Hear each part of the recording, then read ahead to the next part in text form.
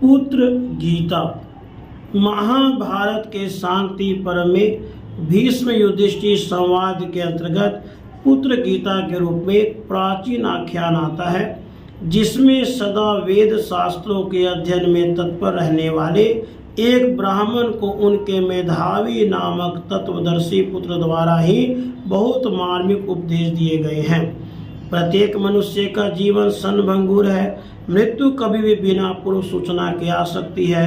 अतः प्रत्येक अवस्था में संसार की आसक्ति से बचकर धर्म आचरण तथा सत्य व्रत का पालन करते रहना चाहिए। यही परम साधन इस पुत्र गीता में बताया गया है।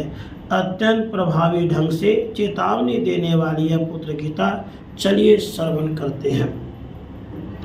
राजा युधिष्ठिर जी ने पूछा, पितामह, समस्त भूतों का संहार करने वाला यह काल बारंबार बीता जा रहा है। ऐसी अवस्था में मनुष्य क्या करने से कल्याण का भागी हो सकता है, यह मुझे बताइए।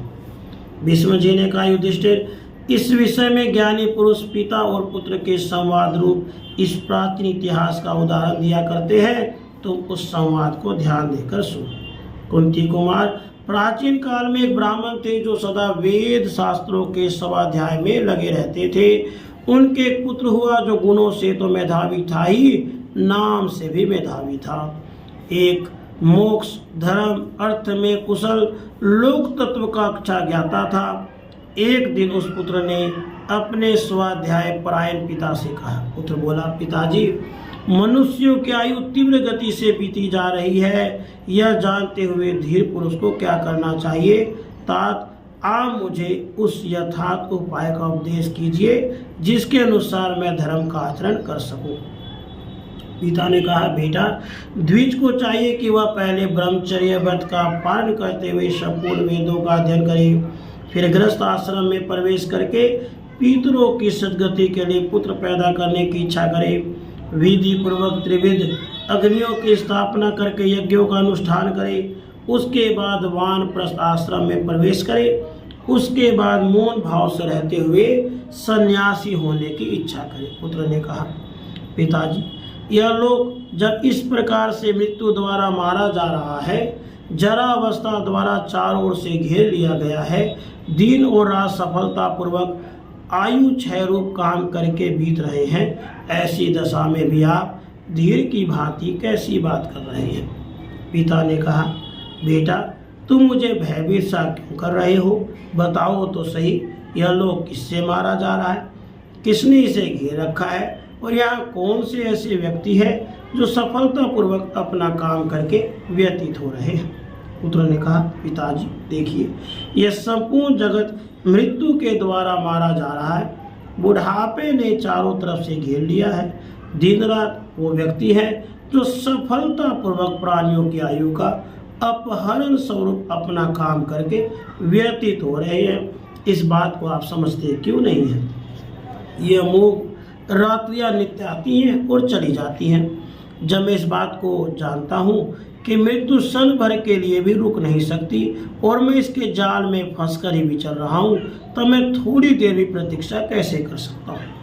जब एक एक रात बीतने के साथ ही आयु बहुत कम होती चली जा रही है, तब छिछले जल में रहने वाले मछली के समान कौन सुख पा सकता है?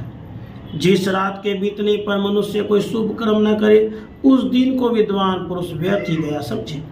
मनुष्य की कामनाएं पूरी भी नहीं होने पाती कि मौत उसके पास आ पहुंचती है।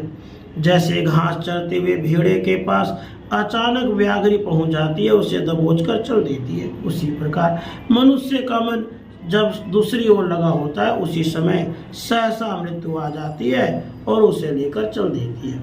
इसलिए जो कल्याणकारी कार्य हो उसे आज ही कर डालिए। आपका यह समय हाथ से न निकल जाए, क्योंकि सारे काम अधूरे ही पड़े रह जाएंगे और मौत आपको खींच ले जाएगी। कल किया जाने वाला काम आज ही पूरा कर लेना चाहिए। जिसे सायंकाल में करना है उसे प्रातः काल में ही कर लेना चाहिए, क्योंकि मौत यह नहीं देखती कि इसका काम भी पूरा हुआ है या नहीं। कौन जानता है कि इसका मृत्यु काल आज ही उपस्थित होगा? संपूर्ण जगत पर प्रभुत्व रखने वाली मृत्यु जब किसी को हर कर ले जाना चाहती है तो उसे पहले से निमंत्रण नहीं भेजती। जैसे मछेरे चुपके से आकर मछलियों को पकड़ लेते हैं, उसी प्रकार मृत्यु भी अज्ञात रहकर ही आक्रमण करती है। अतः युवावस्था में ही सबको धर्म का आचरण करना चाहिए, क्योंकि जीवन निस्संदेह अनित्य है। धर्म आचरण करने से इस लोक में मनुष्य की कृति का विस्तार होता है और लोक में भी उसे सुख मिलता है। जो मनुष्य मोह में डूबा हुआ है वही पुत्र और स्त्री के लिए उद्योग करने लगता है और करने तथा न करने योग्य काम करके इन सब का पालन पोषण करता है। जैसे सोई हुई मृग को बाघ उठा ले जाता है, उसी प्रकार पुत्र और पशुओं से संपन्न एवं उन्हीं में मन को फंसाए रखने वाले मनुष्य को एक दिन मृत्यु आकर उठा ले जाती है। जब तक मनुष्य भोगों से तृप्त नहीं होता, संग्रह ही करता रहता है, तभी तक ही उसे मौत आकर ले जाती है। ठीक वैसे ही जैसे व्याघ्र किसी पशु को ले जाता है। मनुष्य सोचता है कि यह काम पूरा हो गया, यह भी करना है, यह अधूरा ही पड़ा है। इस प्रकार चेष्टा जनित सुख में आसक्त होने वाले मानव को काल अपने वश में कर लेता है।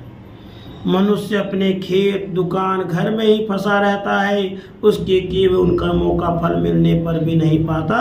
उसके पहले ही उस कर्मासक्त मनुष्य को मृत्यु उठा ले जाती है। कोई दुर्बल हो या बलवान, शूरवीर हो या डरपोक, मूर्ख हो या विद्वान, मृत्यु उसकी समस्त कामनाओं के पूर्ण होने से पहले ही उसे उठा ले जाती है। पिताजी, जब इस शरीर में मृत्यु, जरा, व्याधि और अनेक कारणों से होने वाले दुखों का आक्रमण होता ही रहता है, तब आप स्वस्थ होकर क्यों बैठे हो? देहधारी जीवों के जन्म लेते ही अंत करने के लिए मौत और बुढ़ापा उसके पीछे लग जाते हैं। ये समस्त चराचर प्राणी इन दोनों में बंधे हुए हैं। ग्राम हो या नगर हो, जो स्त्री पुत्र आदि से आसक्ति बढ़ाई जाती है वह मृत्यु का मुखी है। जो वन का आश्रय लेता है यह इंद्र रूपी गौओं को बांधने के लिए गौशाला का समान है। यह श्रुति का कथन है। ग्राम में रहने पर वहाँ के स्त्री पुत्र आदि विषयों में जो आसक्ति होती है यह जीव को बांधने वाली रस्सी के समान है। पुण्य आत्मा पुरुष इसे काटकर निकल पाते हैं, पापी पुरुष इसे नहीं काट सकते हैं। जो मनुष्य मन, वाणी और शरीर रूपी साधनों द्वारा प्राणियों की हिंसा नहीं करता, उसकी भी जीवन और अर्थ का नाश करने वाले हिंसक प्राणी हिंसा नहीं करते।